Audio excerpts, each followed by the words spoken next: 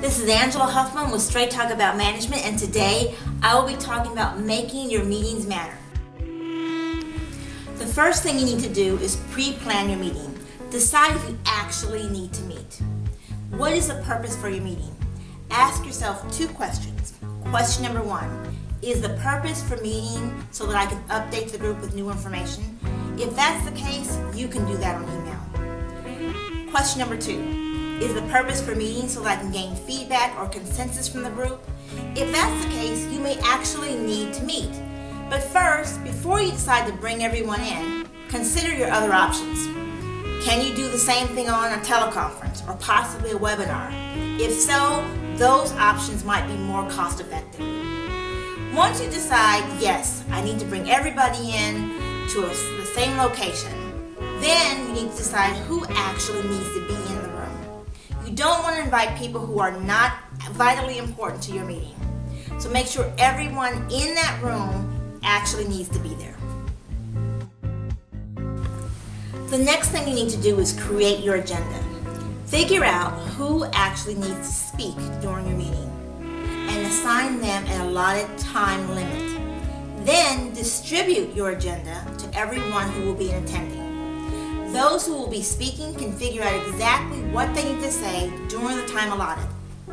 This way, you can make sure that your meeting starts and stops on time and no time will be wasted. During your meeting, you want to make sure to always start and end on time. When your coworkers know you are the one planning the meeting, they know that you're going to end on time, which means they can plan other things around that meeting. During the course of your meeting, get other members of the group to join you and participate.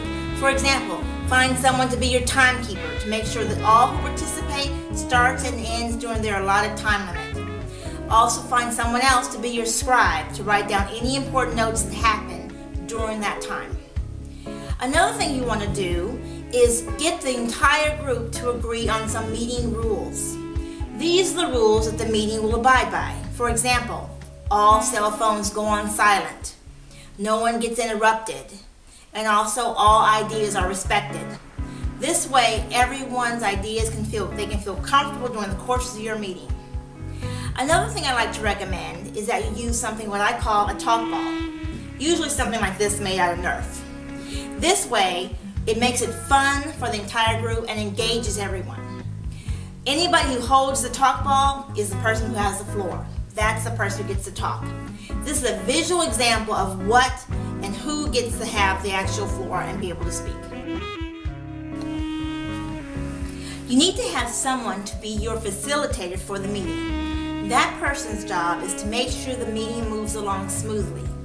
They make sure that each person who speaks during the meeting speaks during their allotted time and also stays on the agenda items.